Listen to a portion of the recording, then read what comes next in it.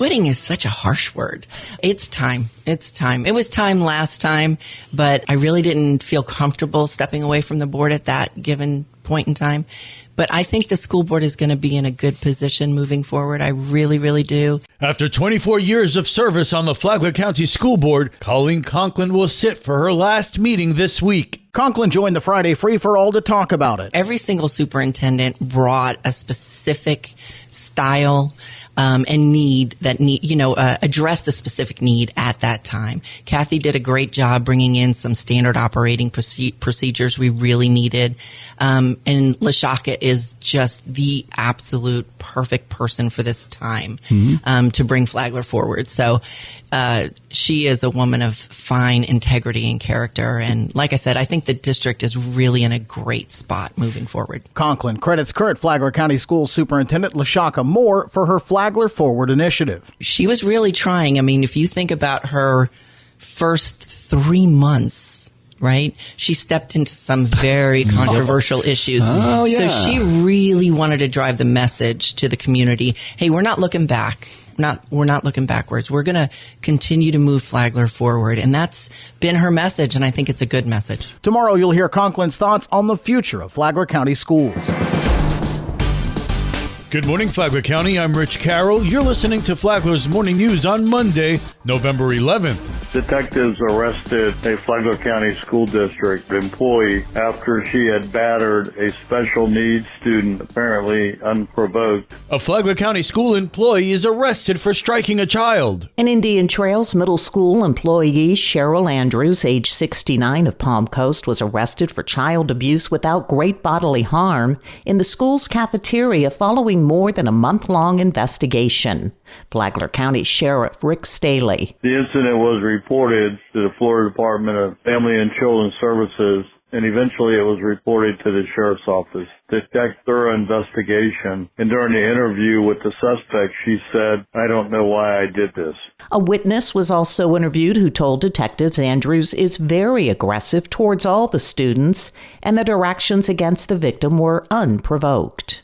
I want to point out that we should not paint all the employees of the school district because of one bad apple. 99.9% of the employees are dedicated and just want to serve students and help educate them. The Flagler County Public School District released this statement. The employee is on paid administrative leave pending further investigation. For Flagler's Local Morning News, I'm Karen Johnson.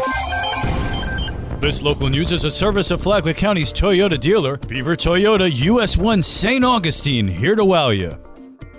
It might look like it's dead, but it's not. It is just sleeping for the winter. Ashley Evett of the St. Johns River Water Management District tells Liz Ryan what isn't dead. She says your lawn may look dead, but it's just kind of hibernating. You might see shades of brown, but that is totally normal for this time of year. So you can cut way back on the watering at this time of year. Cut back to once a week, and your local ordinances also play a role. So I encourage you to check with your public works or your utility. But the restrictions limit irrigation to 1 day per week, and it's based on your address. And here's how you can save water inside. You can switch to high efficiency appliances. Only run your dishwasher and laundry when it's a full load. And you can always contact your utility. They offer rebates sometimes when installing these water efficient appliances. And if you want to learn more, always find helpful tips of how to conserve water both indoors and outdoors on our website at sjrwmd.com. For Flagler's Morning News, I'm Liz Ryan.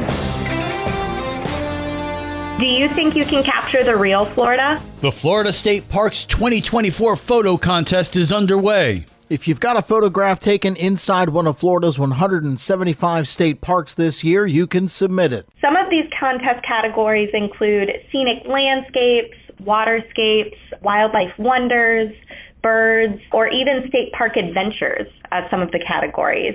And then for our contest divisions, we've broken it down into 3 different divisions for those categories, including professional or a hobbyist. So professional photography equipment, something that utilizes DSLR, something along those lines. And then we also have a student division as well as a mobile phone division.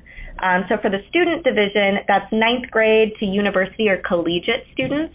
And then for the mobile phone division, that's photos that are actually taken using current mobile phone devices. Katie Cravers with the Northeast Office of the Florida Department of Environmental Protection. Prizes include a B&H photo gift card, Florida State Parks annual entrance pass, and a promotional package that includes a Florida State Parks branded stand-up paddleboard. And then winners will also be featured in the Florida State Parks calendar, welcome centers, website, and publications. To learn more, visit photocontest.floridastateparks.org. From the WNZF Newsroom, I'm Daryl Moody. And now you're up to date on Flagler's Morning News. I'm Rich Carroll.